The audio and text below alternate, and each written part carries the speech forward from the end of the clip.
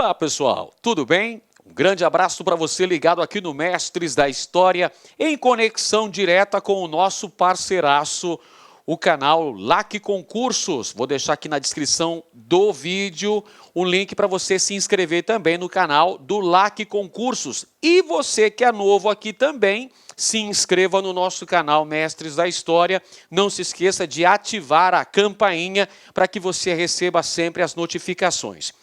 Muito bem, senhoras e senhores, eu sou o professor Edenilson Moraes e vou acompanhar você na sua jornada de preparação para o concurso da ESA, a nossa gloriosa Escola de Sargento das Armas do Exército Brasileiro. A gente vai fazer uma preparação focada, versando em História do Brasil. Analisaremos todos os itens que constam no seu edital, que não é pouca coisa, aliás.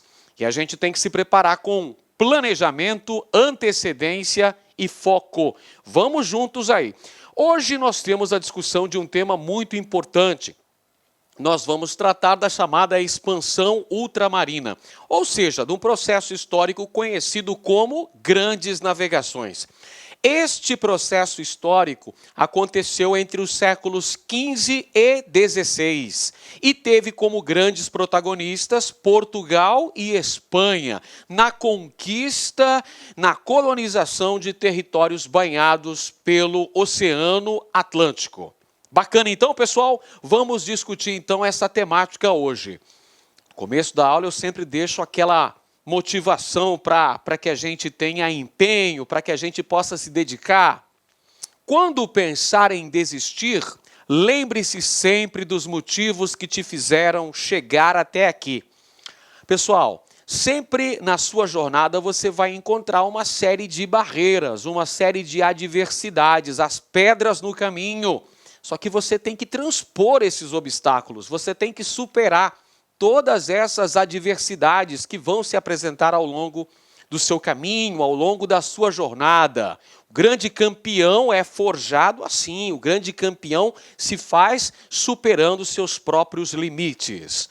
Muito bem, vamos começar falando então sobre o processo conhecido como Grandes Navegações, ou também chamado de expansão ultramarina, que foi basicamente o processo de exploração e conquista de novos territórios.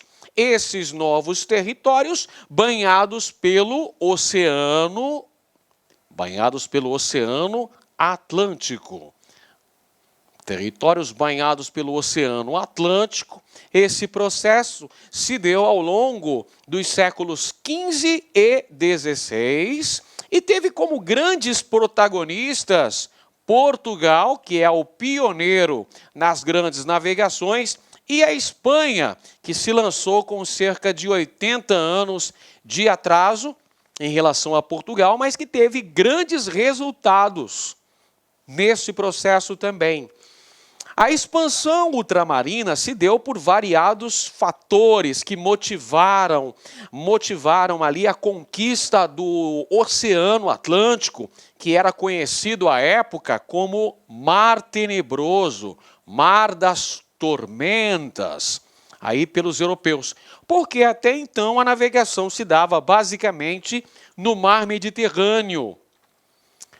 Um dos fatores que motivam a expansão ultramarina europeia é a busca de especiarias e também de metais preciosos para sustentar a política mercantilista, o chamado capitalismo comercial que já estava em voga naquele momento histórico do século XV. Olha o objetivo principal aqui da expansão ultramarina: quebrar o monopólio das cidades italianas. As cidades italianas de Gênova e Veneza, vamos até colocar o nome dessas duas cidades que tinham o predomínio, que detinham a exclusividade comercial, o monopólio sobre o comércio das especiarias orientais. Eram as cidades de Gênova, capite? E também a cidade de Veneza. Gênova e Veneza, duas cidades da Península Itálica, que dominavam, que monopolizavam o comércio das especiarias. Portanto, Portugal e depois a Espanha entram nesse processo chamado de expansão ultramarina com o objetivo de quebrar o monopólio das cidades da Península Itálica. Muito bem, vamos conferir uma questão padrão ESA, para que a gente possa se habituar ao tipo de questões que podem aparecer no dia da sua prova da Escola de Sargento das Armas. Olha só, presta muita atenção nesta questão que o tio Ed traz para você. Olha só. Entre as diversas causas que tornaram Portugal e Espanha os primeiros países europeus a se lançarem nas viagens marítimas da época moderna, pode-se citar a alternativa A, o sistema administrativo descentralizado que favoreceu a iniciativa dos grupos burgueses. Então, olha só, fala de sistema administrativo descentralizado. Pessoal, um dos fatores que vão ser fundamentais para o processo conhecido como grandes navegações ou expansão ultramarina europeia é o fato de terem estados centralizados, os chamados estados nacionais modernos, uma centralização política. Portugal, o primeiro estado centralizado da Europa, perfeito? E a Espanha, que chegou ao processo de centralização lá em fins do século XV, lá por volta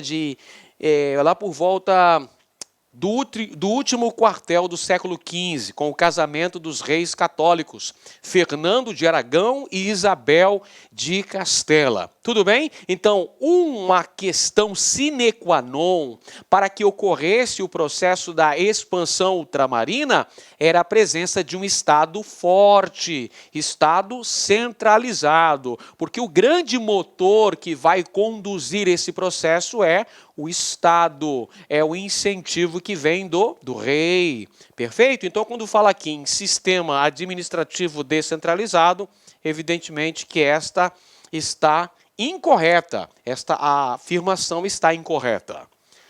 Letra B. O grande interesse da nobreza no desenvolvimento das relações capitalistas comerciais. Olha só, qual que é a classe social que vai ter grande interesse no desenvolvimento do comércio, o comércio oriental das especiarias. Você se lembra das especiarias, não é?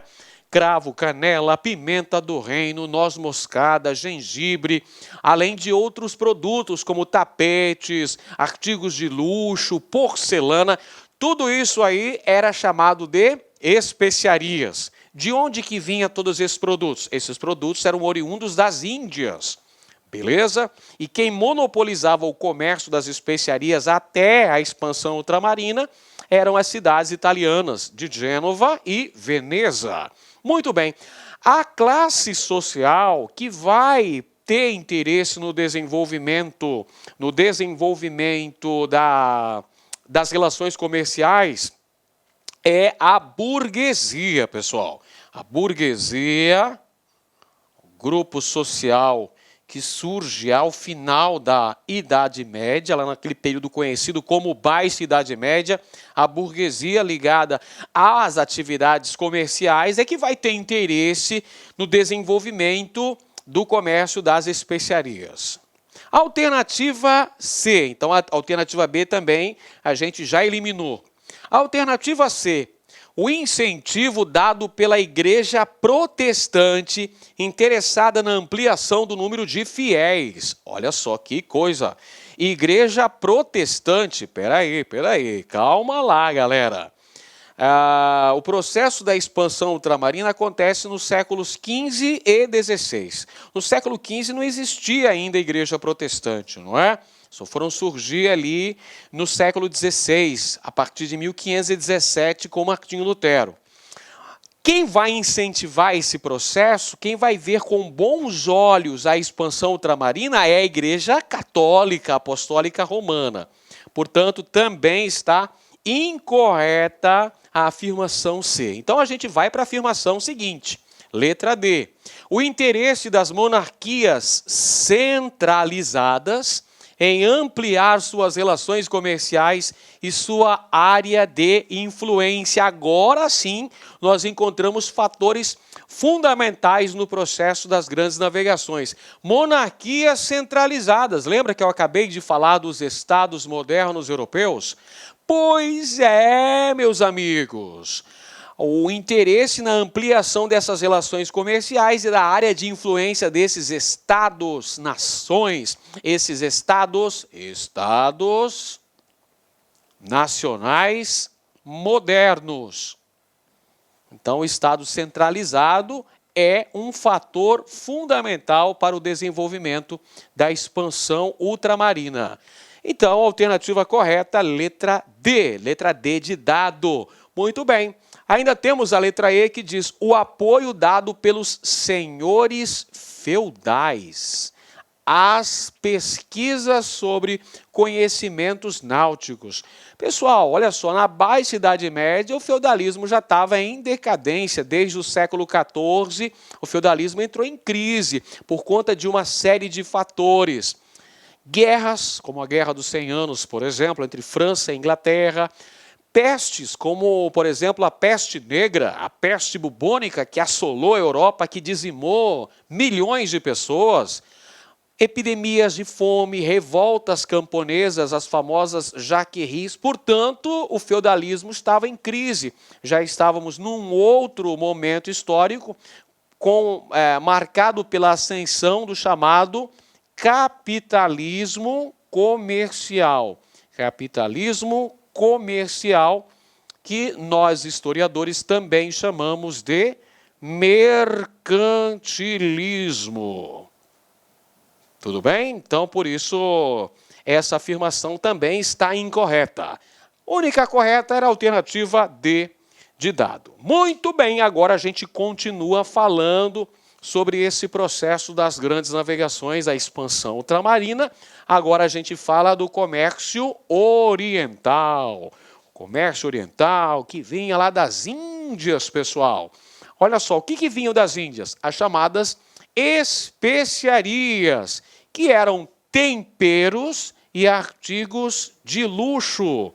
Uma atividade econômica extremamente lucrativa, uma atividade que gerava uma grande lucratividade por conta do enorme mercado consumidor que havia na Europa. Mercado consumidor ávido para comprar essas especiarias, para consumir essas especiarias. E até então, quem detinha o monopólio sobre o comércio oriental das especiarias eram as cidades da Península Itálica, Gênova e Veneza. O fato de buscar a quebra do monopólio exercido por essas duas cidades da Península Itálica é o que vai motivar os países ibéricos, Portugal e depois a Espanha, a promoverem os seus processos de expansão ultramarina.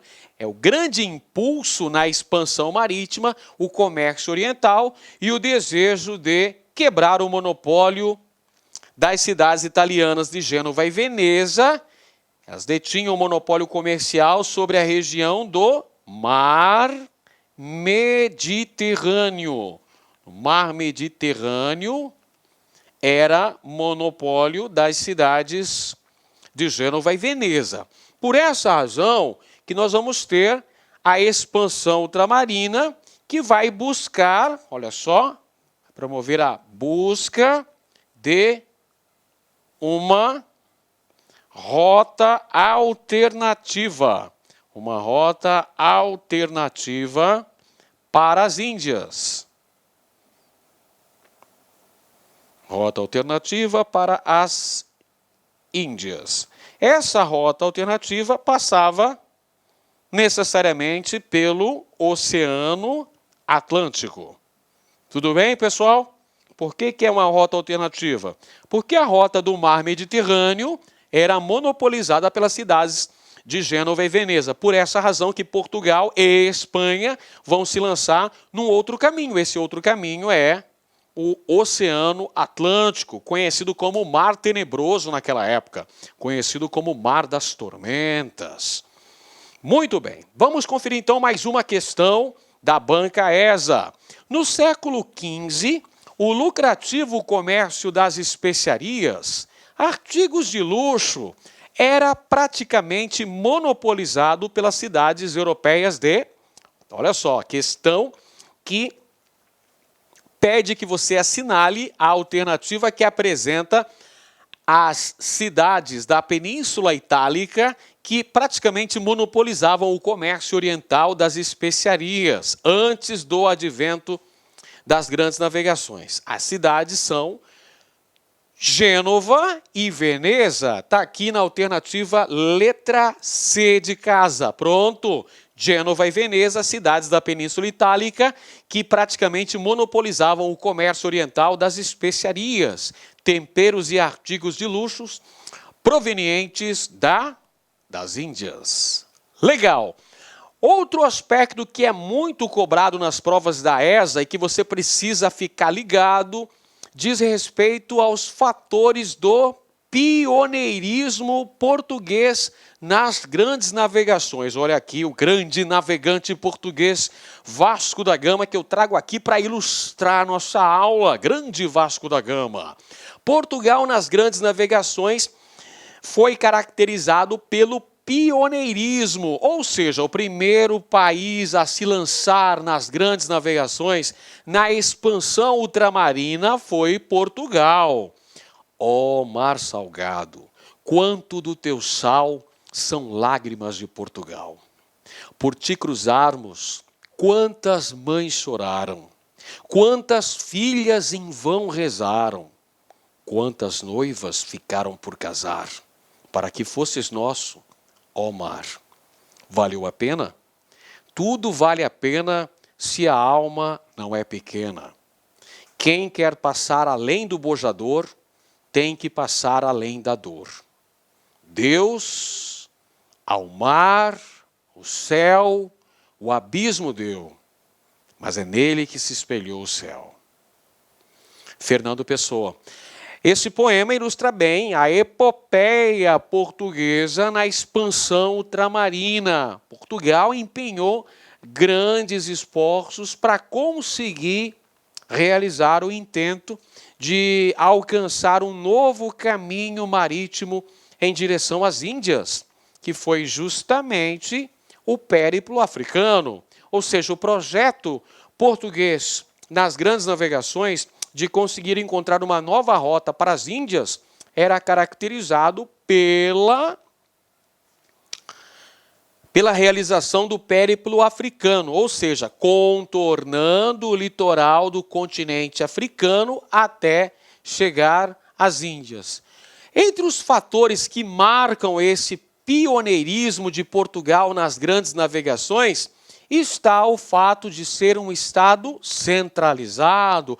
Portugal, o primeiro Estado moderno da Europa, formado ainda lá no século XII, depois do processo chamado de Guerra de Reconquista, com a formação do Condado Portucalense, que deu origem ao Reino de Portugal, primeiro Estado centralizado, e aí a consolidação da autonomia política de Portugal após a chamada Revolução de Avis, que aconteceu no século XIV.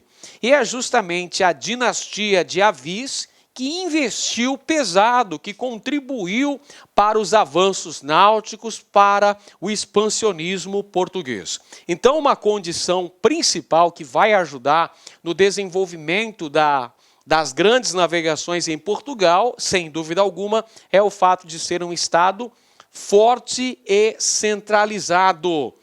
Outro fator importante aqui, a ausência de guerras, ou seja, paz interna. Portugal estava tranquilo, estava sem conflitos internos e sem conflitos externos também, diferente da Espanha. A Espanha ainda estava num processo de consolidação de seu Estado nacional, estava em guerra com os mouros, que ainda contornavam uma parte do território. O reino de Granada ainda estava nas mãos dos mouros, dos muçulmanos. Portanto, a razão que explica o fato de que o reino espanhol saiu 80 anos atrasado em relação a Portugal no processo da expansão ultramarina é que a Espanha ainda estava envolvida na guerra de reconquista, na guerra contra os muçulmanos, contra os mouros. Tudo bem? Então, Portugal, o fato de ter ausência de guerras, faz com que Portugal saia na frente no processo das expansões marítimas, o processo das grandes navegações. Veja, por exemplo, o caso da França e da Inglaterra. França e Inglaterra estavam envolvidos num longo processo de guerras, um longo processo militar conhecido como Guerra dos 100 Anos. Então, um fator também que vai contribuir para que Portugal saísse na dianteira do processo da expansão marítima é a ausência de guerras, paz interna. Outro fator importante, os avanços náuticos, o uso da caravela, o uso de instrumentos de navegação, instrumentos de localização como a bússola, o astrolábio, a orientação, seguindo as cartas náuticas, seguindo também a orientação baseada nos corpos celestes. Tudo isso, esses avanços náuticos, são fundamentais. O promontório de Sagres, sob os auspícios do infante Dom Henrique, fatores fundamentais para o pioneirismo português nas grandes navegações. O fator fundamental, o objetivo, era alcançar as Índias para ter sucesso no comércio oriental, ou seja, no comércio das chamadas especiarias, especiarias vindas da Índia. Então é por esse motivo, por esses motivos todos aí, que nós vamos ter o protagonismo português no processo da expansão ultramarina. O plano português para alcançar as Índias era o chamado Périplo Africano. Eu já falei, mas vou repetir para os senhores. O Périplo Africano era o projeto português de navegação que visava contornar o litoral do continente africano para chegar lá às Índias. Esse era o projeto de navegação implementado pelos portugueses. Vamos conferir mais uma questão aqui, padrão ESA. No final do século XIV, o único estado centralizado e livre de guerras, o que permitiu ser o pioneiro na expansão ultramarina, era o... Muito fácil essa questão. Qual é o único estado europeu que era centralizado ainda no século XIV, que vivia um clima de paz interna, que pôde investir nos avanços náuticos? Foi o reino, a alternativa A, reino espanhol? A alternativa B, reino inglês? A alternativa C, o reino francês? A alternativa D, holandês? Ou a alternativa E, o Estado Nacional Moderno Português? É claro que nós já sabemos que o país que foi o pioneiro, o que largou na pole position, que saiu na frente no processo da expansão ultramarina, foi Portugal. Então a alternativa correta está na letra E de Edenilson, este locutor que vos fala. Muito bem, vamos continuar falando sobre o pioneirismo português nas grandes navegações. Fatores aí importantes nesse processo, nós temos aí a centralização política precoce, a formação do Estado moderno português ainda no século XII e a sua consolidação na Revolução de Avis, ocorrida no século XIV. Só um Estado nacional moderno, forte e centralizado, poderia assumir a tarefa de comandar um processo tão arrojado quanto a expansão ultramarina. Lembre-se disso. Só o Estado centralizado teria competência, teria condições de liderar esse processo que era muito oneroso e importante. Centralização política precoce de Portugal, clima de paz interna vivido pelo país, uma burguesia mercantil atuante e interessada no desenvolvimento, nos avanços náuticos para o país, que vai investir juntamente com o rei na expansão ultramarina. Alguns autores também falam da posição geográfica favorável de Portugal A única forma de ter um crescimento, um desenvolvimento, seria através da conquista do mar-oceano, como eles chamavam naquela época, o Oceano Atlântico. Portugal já com uma experiência na pesca, uma experiência no corso. Então, tudo isso é fator, é um handicap favorável para o pioneirismo português nas grandes navegações. Tem também a existência do Promontório de Sagres, ou Escola de Sagres, que não era uma escola, um estabelecimento de ensino. Era um local, Sagres, cidade de Sagres, onde se reuniam cartógrafos, geógrafos, astrônomos, navegadores, toda essa galera trocando conhecimentos acerca das técnicas de navegação, do uso das naus, das caravelas, do uso da bússola, do astrolábio, as cartas de navegação, tudo isso contribuiu para o desenvolvimento português nas grandes navegações. Vamos para mais uma questão aí, questãozinha da ESA sobre as grandes navegações, sobre a expansão ultramarina.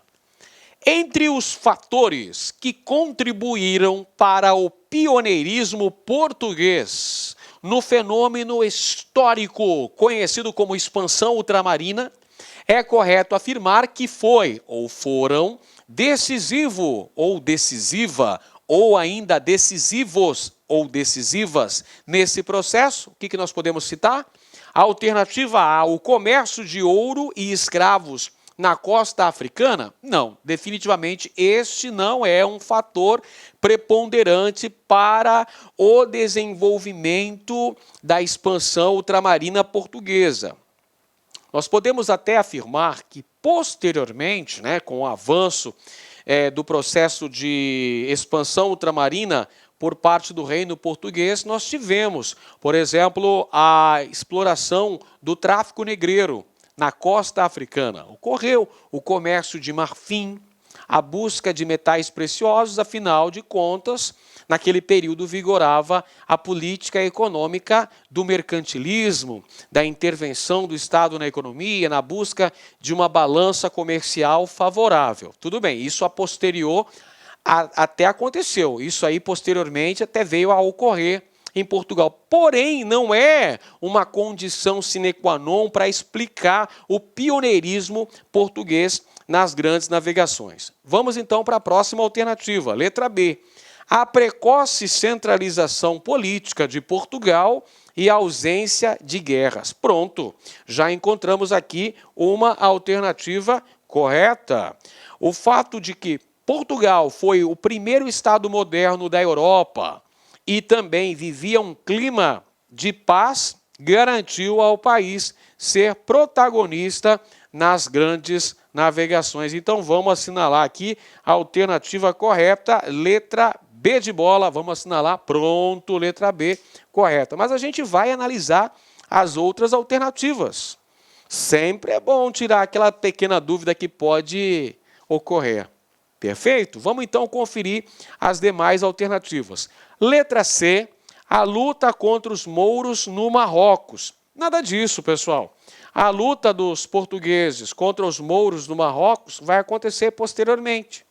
Século XVI, por exemplo, finalzinho do século XVI, lá em 1578, aconteceu a famosa Batalha de Alcácer Quibir. A Batalha de Alcácer Quibir, o exército mouro trucidou, literalmente, o exército português. Inclusive, o rei de Portugal, que chefiou pessoalmente aquela batalha, Dom Sebastião, morreu na Batalha de Alcácer Quibir, criando, inclusive, uma crise sucessória lá em Portugal, o que vai gerar, 2 anos depois, o início da União Ibérica, período em que Espanha e Portugal ficaram atrelados do ponto de vista político, o que, aliás, é um assunto que será debatido em aulas posteriores. A gente vai tratar aqui no nosso curso de preparação para a ESA, a gente vai tratar uma aula específica sobre a União Ibérica e suas repercussões, tanto na Europa quanto aqui no Novo Mundo. Beleza? Alternativa D, a aliança política com o Reino da Espanha. Nada disso, não tinha nada de aliança política nessa questão das grandes navegações, até porque, lembra que eu falei que a Espanha saiu com um considerável atraso em relação a Portugal, porque a Espanha lançou-se na expansão ultramarina com quase um século de atraso, mas teve grandes resultados primeiro, porque em 1492, Cristóvão Colombo, genovês a serviço do reino espanhol, chegou à América. Em 12 de outubro de 1492, com as suas embarcações Santa Maria, Ninha e Pinta, ele chega lá à Ilha Guanahani, na região ali da América Central, e promove o chamado descobrimento, aspas, bem grande, né? Descobrimento da América, a chegada de Colombo ao Novo Mundo, gerando ali um atrito diplomático entre Portugal e Espanha.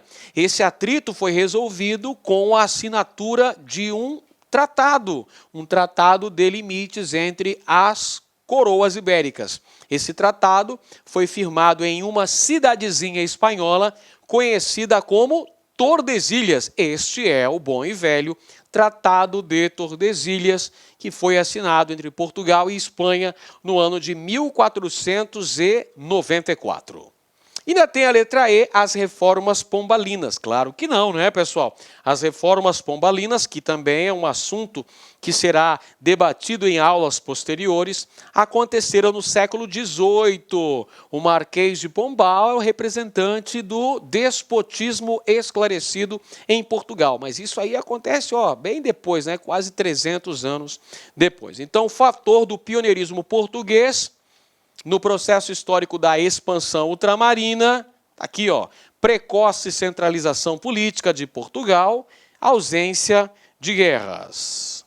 Muito bem, continuamos falando sobre os fatores do pioneirismo português. Afinal de contas, navegar é preciso, viver não é preciso, já dizia o poeta. Então, como fatores fundamentais aí no processo do pioneirismo português na expansão ultramarina, temos a centralização política precoce, a paz interna, você já está anotando aí no seu caderno os fatores fundamentais do processo de pioneirismo português, não é?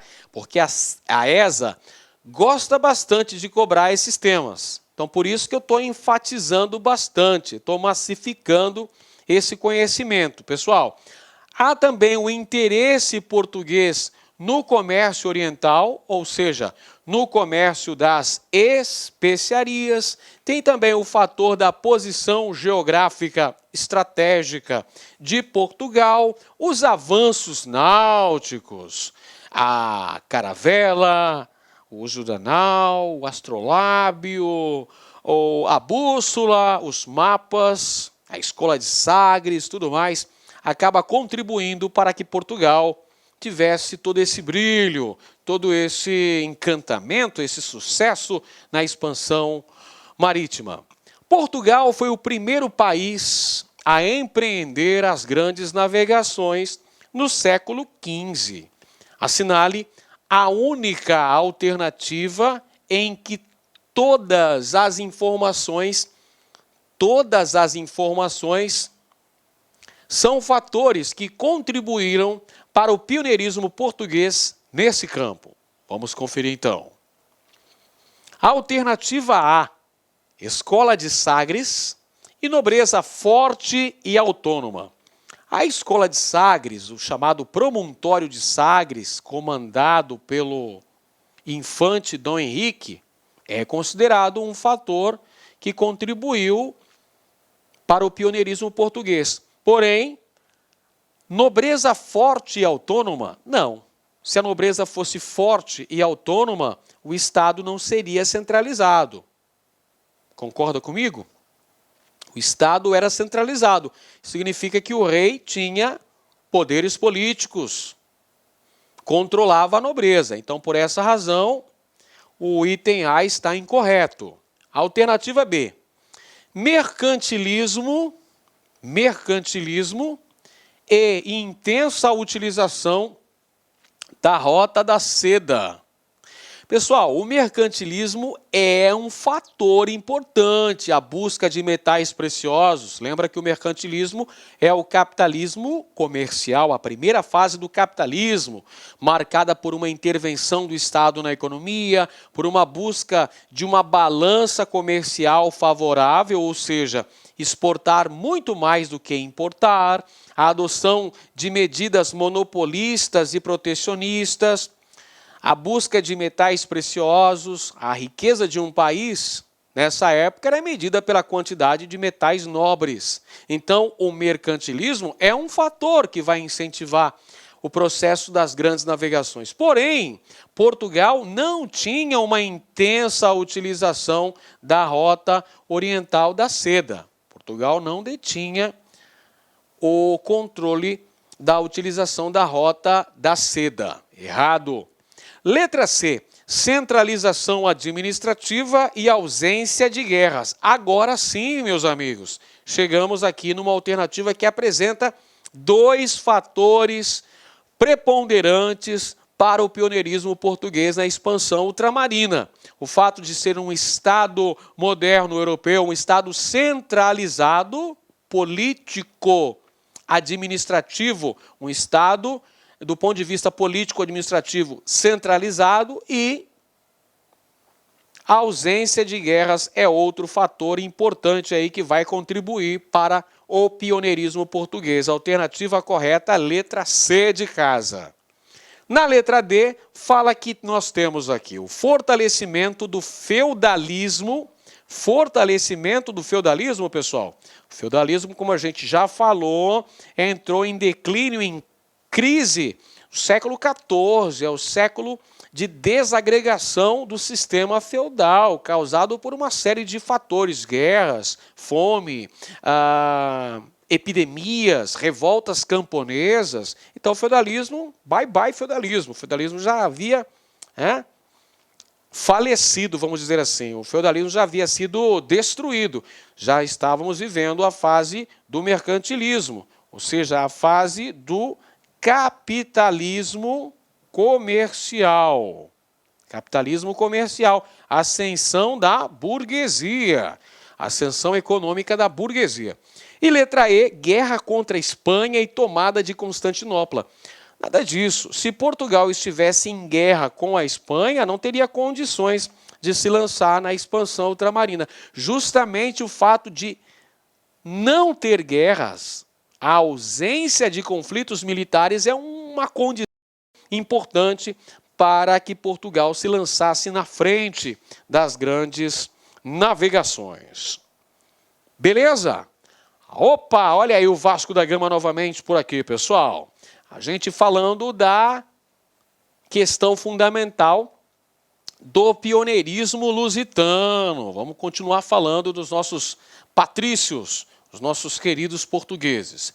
Primeiro Estado Nacional moderno da Europa. Primeiro Estado Nacional moderno da Europa se formou a partir do processo da reconquista da Península Ibérica. Reconquista da Península Ibérica. A Guerra de Reconquista marcou os conflitos militares envolvendo cristãos e muçulmanos. Cristãos versus muçulmanos, os chamados mouros, que dominaram a Península Ibérica por cerca de 700 anos.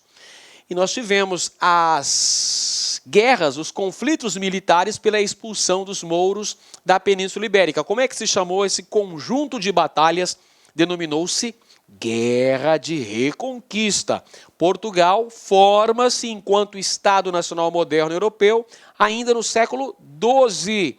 E a consolidação da autonomia política portuguesa se dá após a Revolução de Avis. A Revolução de Avis assinala a ascensão da dinastia que financiou as grandes navegações, a dinastia de Avis. Revolução de Avis, 1385, impediu que o reino português voltasse para as mãos de Castela, pessoal. Foi fundamental para a consolidação da autonomia política portuguesa. Revolução de Avis. Então, dois importantes fenômenos históricos que marcam a construção do primeiro Estado Nacional moderno europeu, Portugal. Primeiro, as guerras de reconquista, guerras entre cristãos e muçulmanos. Depois, a chamada Revolução de Avis, que impediu que Portugal voltasse para as mãos de Castela, o reino de Castela, e garantiu a ascensão de uma nova dinastia em Portugal, a dinastia de Avis, que vai investir pesado nas grandes navegações. A dinastia de Avis vai desde 1385 até 1580, quando se deu a formação da União Ibérica, a união entre Portugal e Espanha, assunto que a gente fala posteriormente.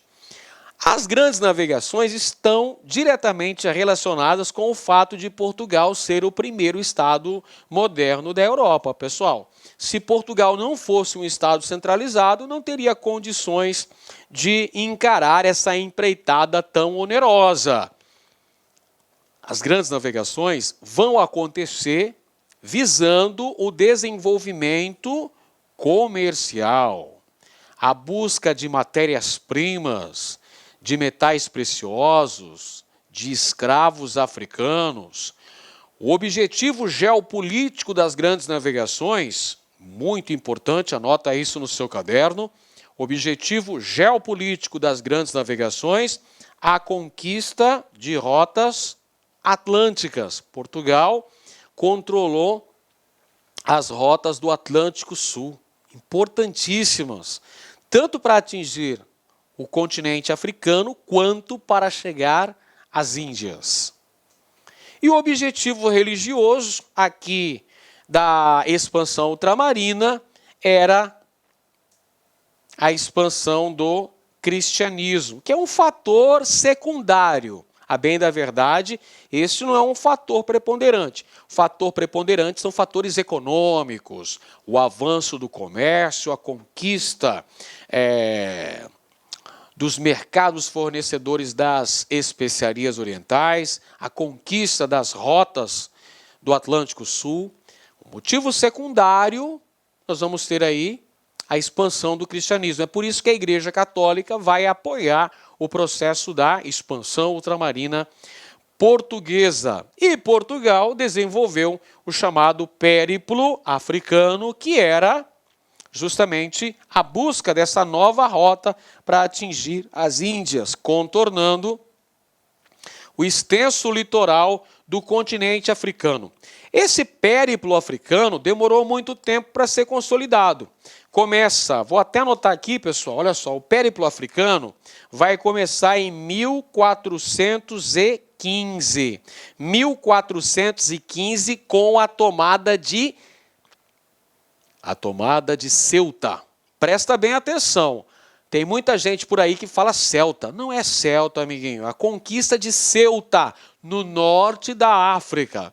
A conquista de Ceuta no ano de 1415, região onde hoje está o Marrocos. Tudo bem? A conquista de Ceuta, no norte da África, 1415, marca o início do périplo africano. Depois a gente teve a conquista do Cabo do Bojador. Posteriormente tivemos em 1488 a chegada do navegante português Bartolomeu Dias ao Cabo das Tormentas, que foi rebatizado pelo rei de Portugal como Cabo da Boa Esperança, e posteriormente contornando o Cabo da Boa Esperança e alcançando finalmente as Índias, no ano de 1498, quem chegou lá? Quem chegou mesmo lá? Esse camarada aqui, pessoal. Vasco da Gama chegou às Índias. Vasco. Casaca, casaca, casaca, casaca, casaca. A turma é boa, é mesmo da Fusarca. Vasco, Vasco, Vasco da Gama, que depois virou vice-rei da Índia. Grande Vasco da Gama, conquista de Calicut, na Índia, 1498, consolidando o chamado Périplo Africano. Como você pode observar aqui no nosso quadro, a expansão ultramarina portuguesa se deu ao longo do século XV, vai se consolidar ao longo de praticamente um século inteiro para realmente conseguir atingir o grande objetivo português, que era a conquista do comércio oriental das especiarias. Bacana? Então vamos em frente, vamos conferir agora uma questãozinha importante aqui da ESA. Olha só como a ESA adora cobrar expansão ultramarina. É um assunto que despenca na prova da ESA, meus amigos. Vamos ficar atento aí para gabaritar se aparecer essa questão neste ano. Vamos lá. No contexto da expansão marítima que levou os europeus a encontrar a América, Portugal destacou-se como pioneiro das grandes navegações do século XV. Entre os muitos fatores que contribuíram para o pioneirismo português, destacam-se: alternativa A, a associação Estado-Igreja e a centralização do poder. Olha só, a associação Estado-Igreja, olha só, no processo da expansão ultramarina até tivemos o apoio da igreja, mas era um fator secundário a expansão do chamado catolicismo é um fator secundário. O fator preponderante desse pioneirismo português, você pode citar a centralização política precoce, a ausência de guerra, os avanços náuticos, posição geográfica favorável, burguesia atuante. Esses são fatores preponderantes. A associação Estado-Igreja não é um fator, uma condição sine qua non que contribuiu para esse pioneirismo português.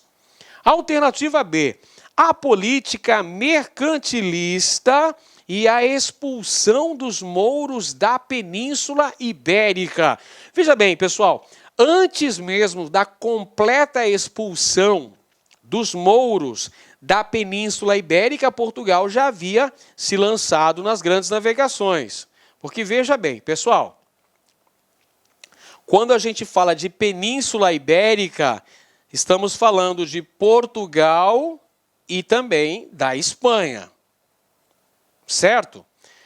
Quando Portugal se lançou na expansão marítima, os mouros já haviam sido expulsos de seu território.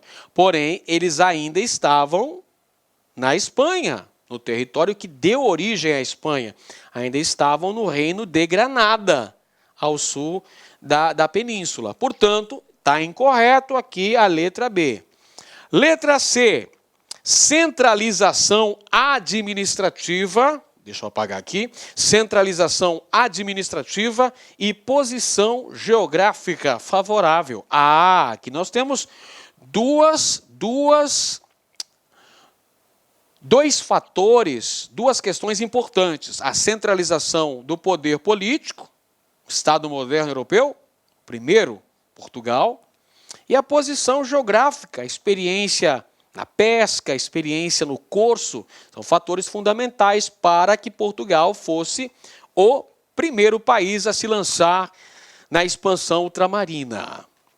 Letra D, a ausência de guerras e a ascensão da nobreza fundiária. Pessoal, nada disso, não é? Ascensão da nobreza fundiária. A nobreza fundiária estava em crise, não é?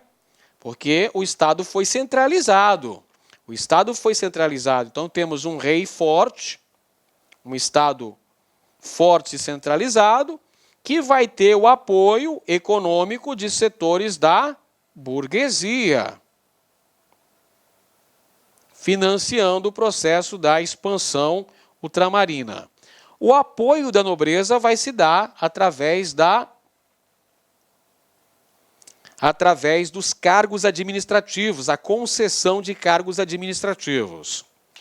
Letra E, a industrialização e a centralização do poder político? Não, a industrialização, meus amigos, não tem nada a ver. Industrialização nem é desse período, não é, pessoal?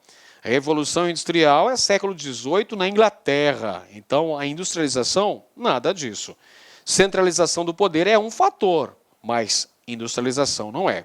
A única alternativa que apresenta dois fatores que foram fundamentais no pioneirismo português, nas grandes navegações, está aqui: centralização administrativa, posição geográfica estratégica. E agora a gente fala finalmente do chamado périplo africano. Muito bem. Périplo africano era o projeto de navegação português para se alcançar as Índias. Era a estratégia portuguesa da busca de uma nova rota para as Índias. Uma nova rota comercial. Porque a rota do mar Mediterrâneo era controlada pelas cidades italianas de Gênova e Veneza. É por essa razão que Portugal sai em busca de uma rota alternativa. Essa rota alternativa era justamente o périplo africano, navegação através do Oceano Atlântico, contornando o litoral do continente africano. Está aqui, ó. Dar a volta pelo sul da África, até alcançar o Oriente, para promover o desenvolvimento de uma nova fonte de renda, importantíssima para a economia mercantilista portuguesa. Que fonte de renda é essa, professor? O comércio das especiarias. Vamos lá, questãozinha da ESA. O chamado ciclo oriental das navegações portuguesas tinham por principal finalidade, olha só, qual era a principal finalidade da expansão ultramarina de Portugal? Vamos lá. Letra A, chegar às Índias Ocidentais através de rota de navegação para o Oriente? Nada disso, pessoal. O objetivo era chegar às Índias Orientais, através do périplo africano.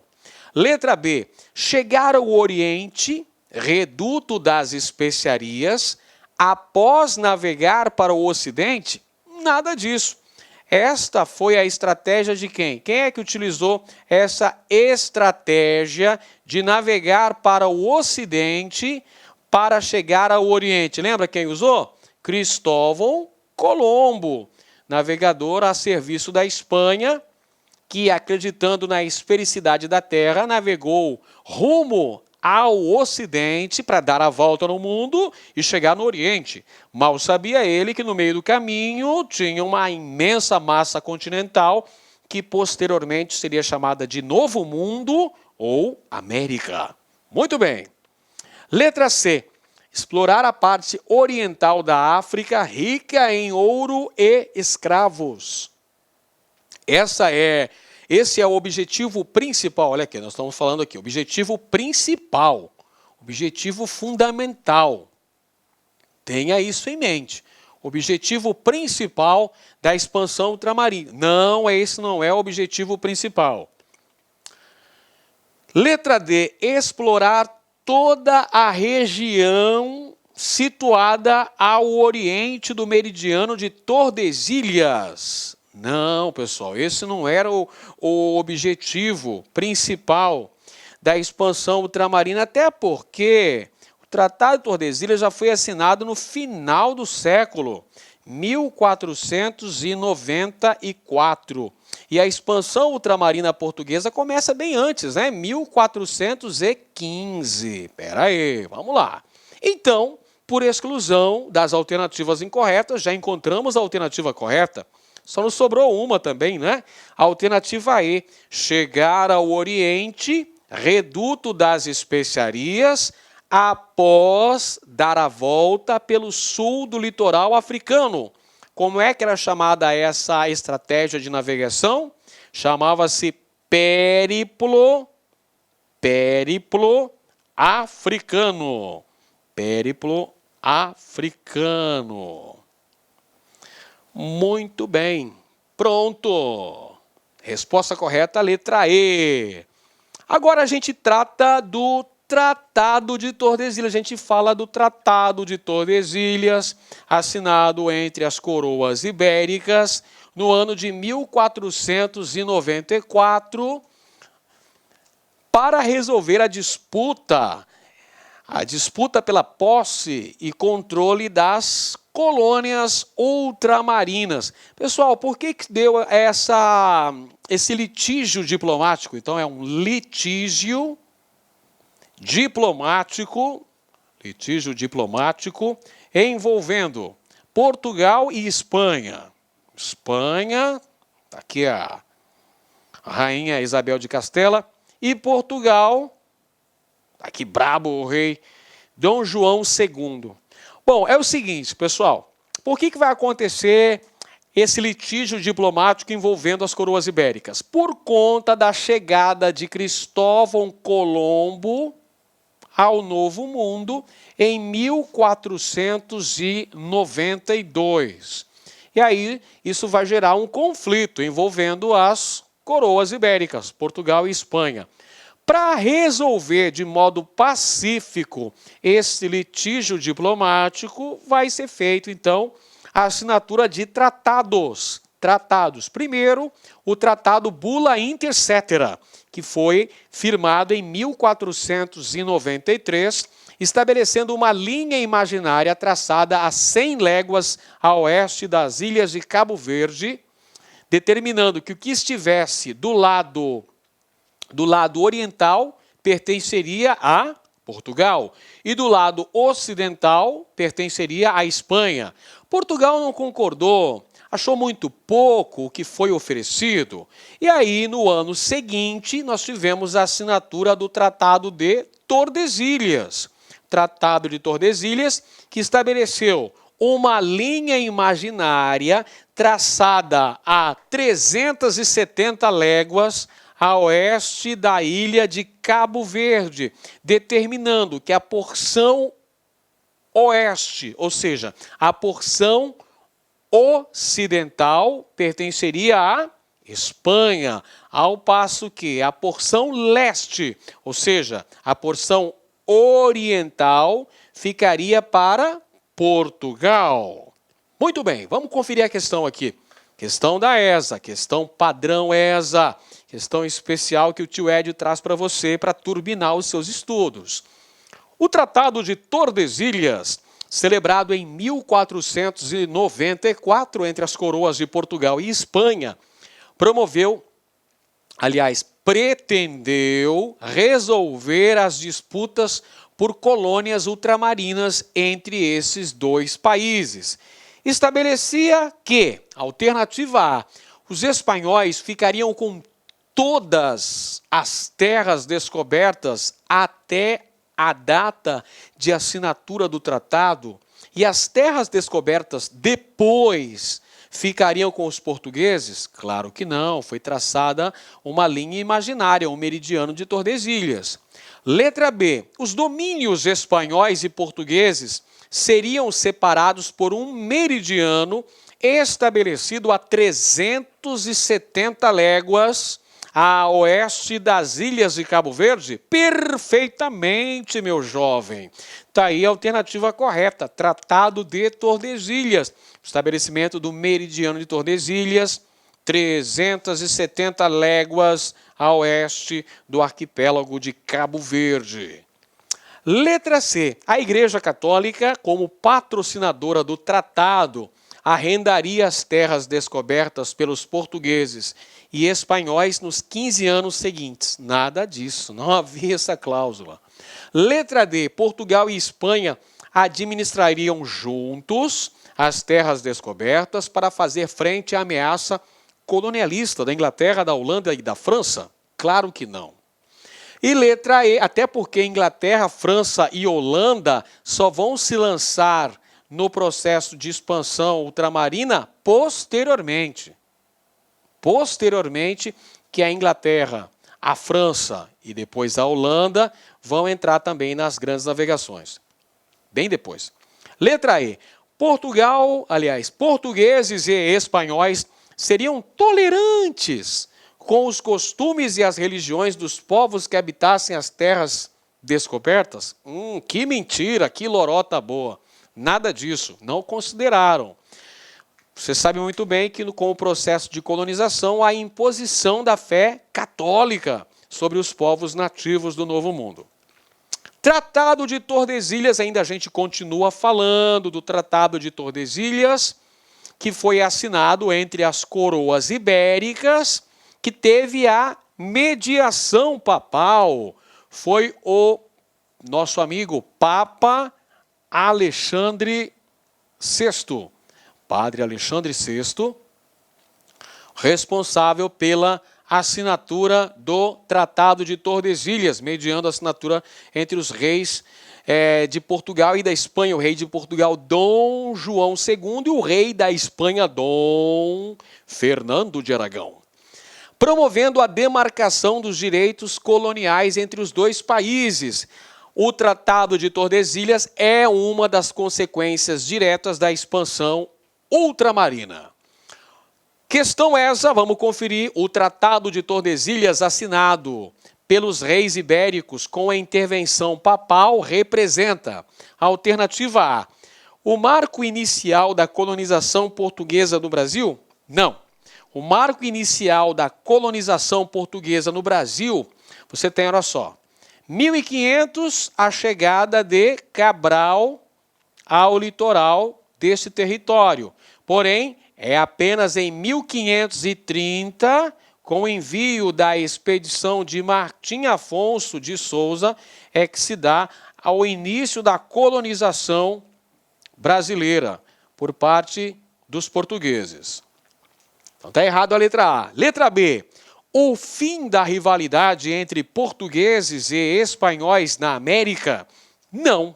A rivalidade entre portugueses e espanhóis continuou por um longo período, razão pela qual foram assinados inúmeros outros tratados e limites.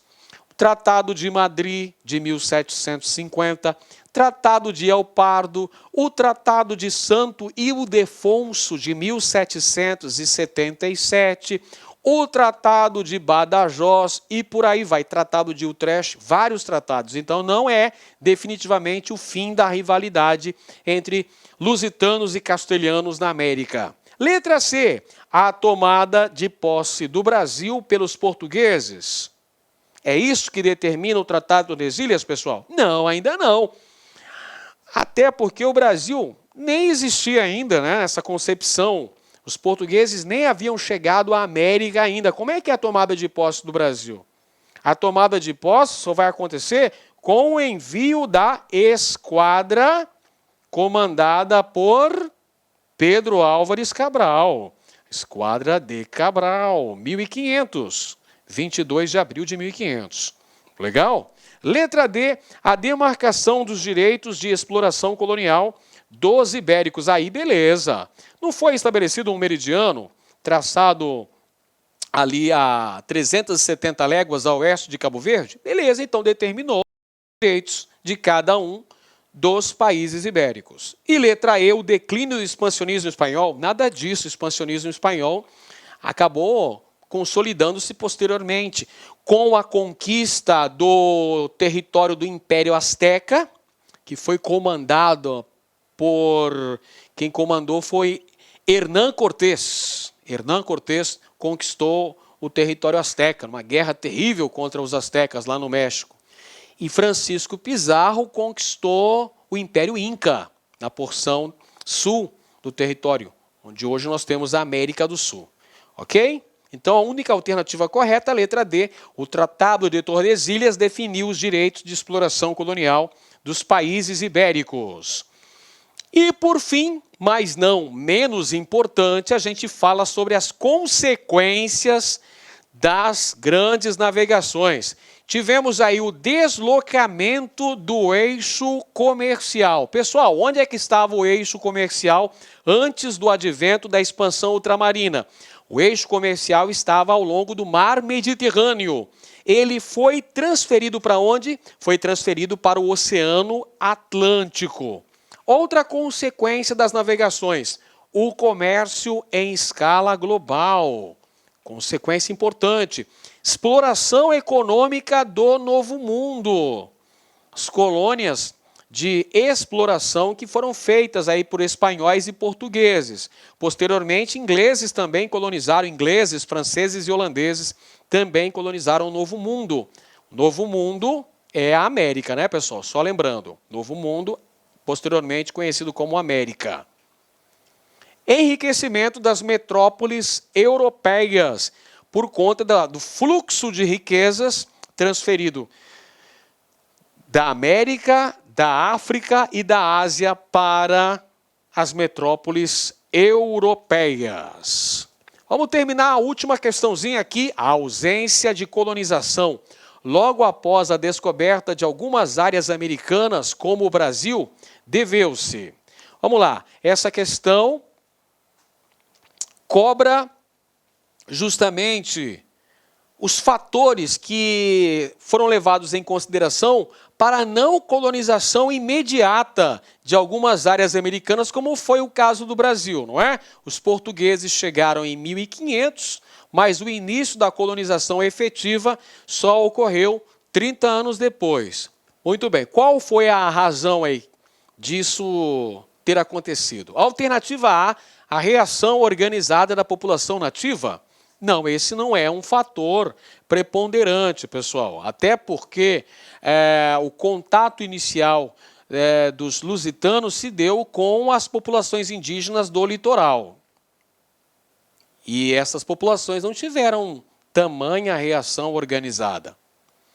Letra B, ao próprio caráter mercantil da expansão. Bom, o caráter mercantil era a busca de riquezas, então isso deveria suscitar a exploração econômica. Está errado também.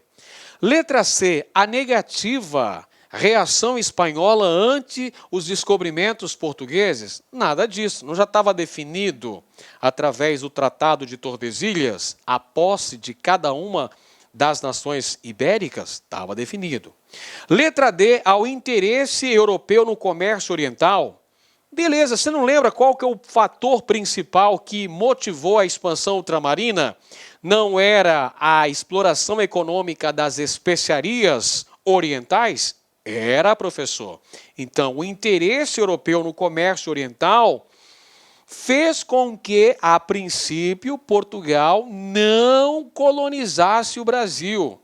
Deixou o Brasil meio que relegado a um segundo plano ao longo das 3 primeiras décadas, após a chegada dos portugueses, por conta do foco econômico português estar centrado no Oriente, lá nas especiarias das Índias.